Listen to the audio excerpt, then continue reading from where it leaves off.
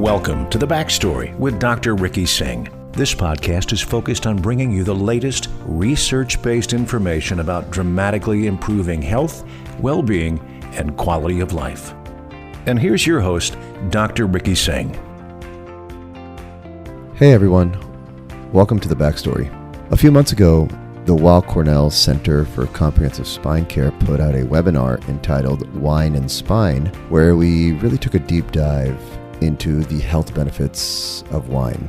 And if you're out there, a wine enthusiast or a wine lover, one of your universal truths is that wine is good for you. It's good for your heart. And the good news is science has confirmed that there is something to this. But like all good news, it's a little bit more complicated than that. Today I'm going to take a deep dive into the health benefits of red wine and specifically some of the antioxidants that it contains. So numerous studies have shown that moderate types of alcohol can benefit the heart, not just red wine alone. And it's thought that alcohol can raise your good cholesterol, the HDL. It can reduce the formation of blood clots and thin some of the blood, can help prevent artery damage, and maybe decrease inflammation in the body. But how exactly is red wine healthy? Red wine contains antioxidants called polyphenols, which help protect the lining of various blood vessels. And a specific polyphenol called resveratrol is just one substance in red wine that has received its attention. So how was it really discovered? Resveratrol was first isolated in the 1930s from a poisonous medicinal plant in Japan. And about 30 years later, Nonomura, another Japanese scientist, isolated it from Japanese knotweed.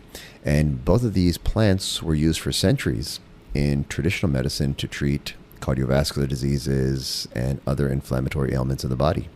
It wasn't until the 1970s that resveratrol was found in grapevines, and then just as early as 1992 did we find it in red wine. We know that the amount of resveratrol that's found in wine is very, very low, but despite knowing this, we still tout red wine as a means to deliver resveratrol into the body, and I think it's just that people want an excuse to have a drink.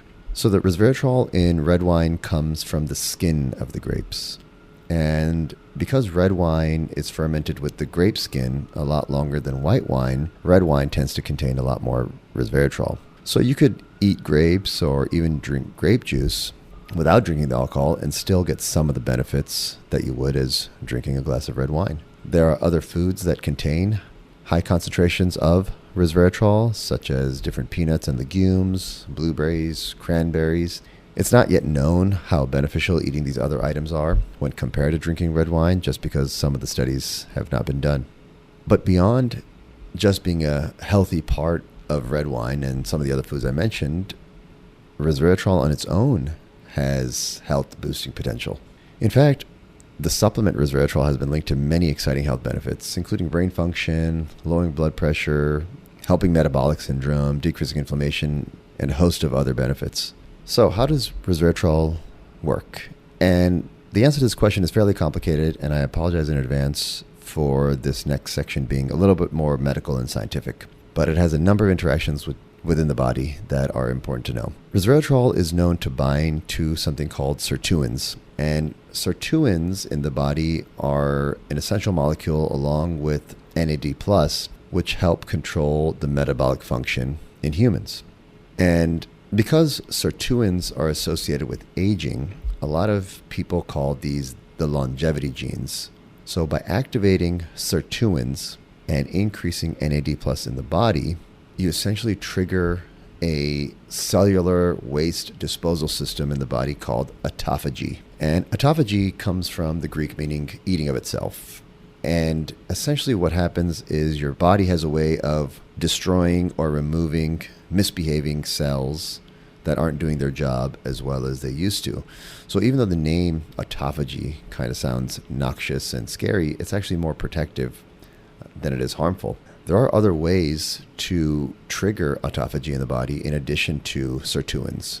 It is known that caloric restriction, intermittent fasting, or full fasting can also trigger autophagy. And resveratrol is just one way to increase sirtuin activity in the body, which then increases the metabolic waste disposal system. So, what are some of the benefits of resveratrol in the body? We know the interaction of sirtuins, and resveratrol is proposed to improve cardiovascular disease in humans. A study was conducted showing that high doses of resveratrol help reduce blood pressure in the body. And one of these blood pressures is called systolic blood pressure. This is the number on top when you get your blood pressure read. And as systolic blood pressure increases, the arteries or the little vessels that carry your blood get stiffer, they get harder, and this is known to increase your risk of heart disease. And resveratrol accomplishes this blood pressure lowering effect by producing nitric oxide, which also helps the blood vessels relax. In addition to blood pressure, resveratrol also improves your cardiovascular risk by decreasing your bad cholesterol. A study was done in 2012 which showed patients taking resveratrol decreased their bad cholesterol, which is their LDL, by 4.5%, but also increased their good cholesterol, which is HDL. And the reason this works is resveratrol seems to influence cholesterol levels by reducing the effect of an enzyme that controls cholesterol production. Another benefit of drinking red wine or taking resveratrol is that it can help slow down age-related cognitive decline. In a study, patients were given resveratrol supplements and 2 inflammatory biomarkers, one tumor necrosis factor and interleukin-6, were both reduced in patients taking resveratrol, and the anti-inflammatory biomarker interleukin-10 was actually increased. It was also shown that the reason why this is meaningful because inflammation supports the onset of many age-related diseases, such as Alzheimer's disease and other neurodegenerative conditions. We spoke a few episodes ago about insulin sensitivity, and resveratrol has been shown to be beneficial in patients with diabetes by increasing insulin sensitivity and preventing complications from diabetes. This can reduce the incidence of metabolic syndrome, can help fight off obesity, and in obese patients, it's been shown to stimulate fat metabolism and can function in a mechanism similar to fat burners such as caffeine and green tea. So potentially drinking a glass of red wine could help with weight loss and weight control. Another condition commonly treated in my clinic is joint pain and joint arthritis, and due to the antioxidant nature of red wine or resveratrol, in addition to reducing inflammation in the body, studies have shown that patients taking resveratrol, animal studies have shown that by injecting resveratrol into the joints, there is less cartilage breakdown and less joint pain as a result of arthritis. One thing to note that while no major risks have been revealed in studies in patients and animals using resveratrol supplements, there really isn't enough conclusive recommendations on how much resveratrol a person really needs to get these health benefits. In addition, the high doses that are often studied can interact with other blood-thinning medications such as Eliquis and warfarin. Resveratrol may block some enzymes that help clear certain chemicals from the body, which could lead to an unsafe buildup of these chemicals. But the bottom line is that resveratrol is a very powerful antioxidant with great potential. With animal studies and animal models, it's shown promise regarding a variety of health conditions, including heart disease, diabetes, arthritis, neurodegenerative conditions. However, the challenge right now is that clear dosage guidelines are still lacking. And back to the conversation about the health benefits of red wine.